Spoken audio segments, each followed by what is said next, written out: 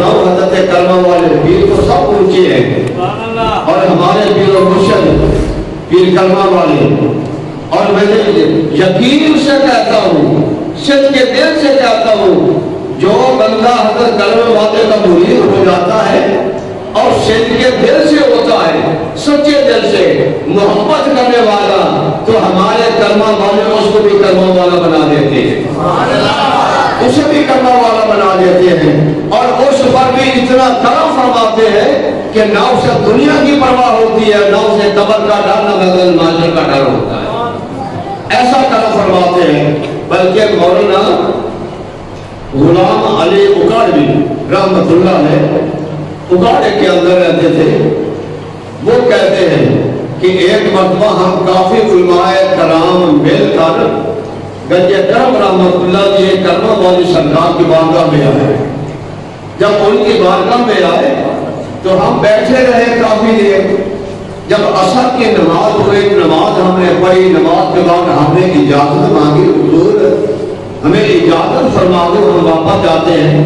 آپ نے فرمایا نہیں مولوی جی ابھی ٹھہرو. ہم ٹھہر گئے.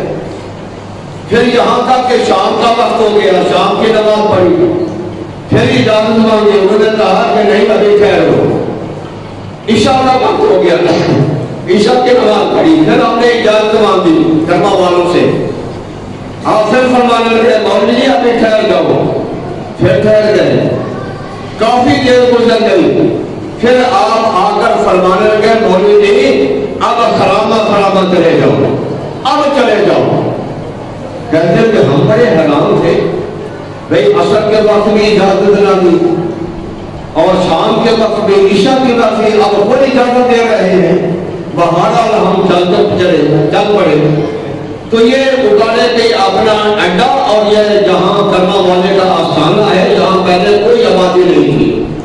تو ہم چلتے گئے رات کو جب چلتے گئے تو آگے کیا دیکھتے کہ پولیس کا ناکہ لگا ہوا ہے، پولیس کی گاڑیاں کھڑی ہیں. ہم نے پوچھا یہ کیا بات ہے، کیوں کھڑے ہو؟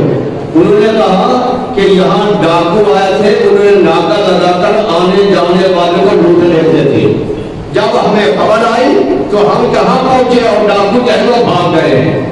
اس وقت ہمیں سمجھ آئی کہ اللہ کا بندے نے اس لیے ہمیں روک رکھا تاکہ کہیں ڈاکو ان کو لوٹ نہ دے، اس لیے ہمیں روک رکھا.